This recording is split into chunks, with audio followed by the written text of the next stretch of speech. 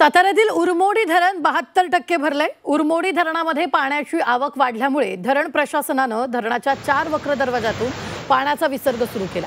धरणातून 1500 क्युसेक आणि पायथा वीजगृहातून 500 क्युसेक पाण्याचा विसर्ग सुरू करण्यात आलाय।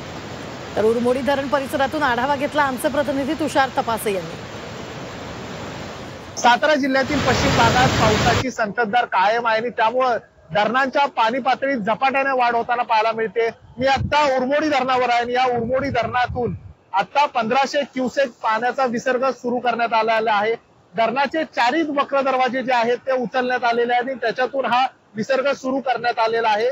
त्याचबरोबर जे पायथा वीजगृह आहे त्याच्यातून 500 क्युसेक पाण्याचा विसर्ग हा नदीपात्रात केला जातोय। असा एकूण 2000 क्युसेक पाण्याचा विसर्ग सुरू करण्यात आलेला आहे। काही दिवसांपूर्वी कर्णेर धरणातून देखील विसर्ग सुरू करण्यात आला होता आणि त्यामुळे सातारा जिल्ह्यातील धरणं बऱ्यापैकी आता भरताना पाहायला मिळतात।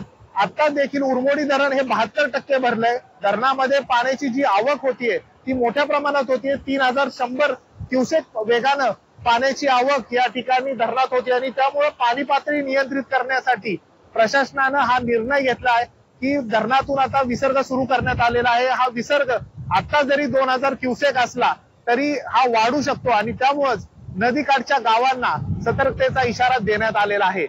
तुषार तपासे, झी 24 तास, उरमोडी, सातारा।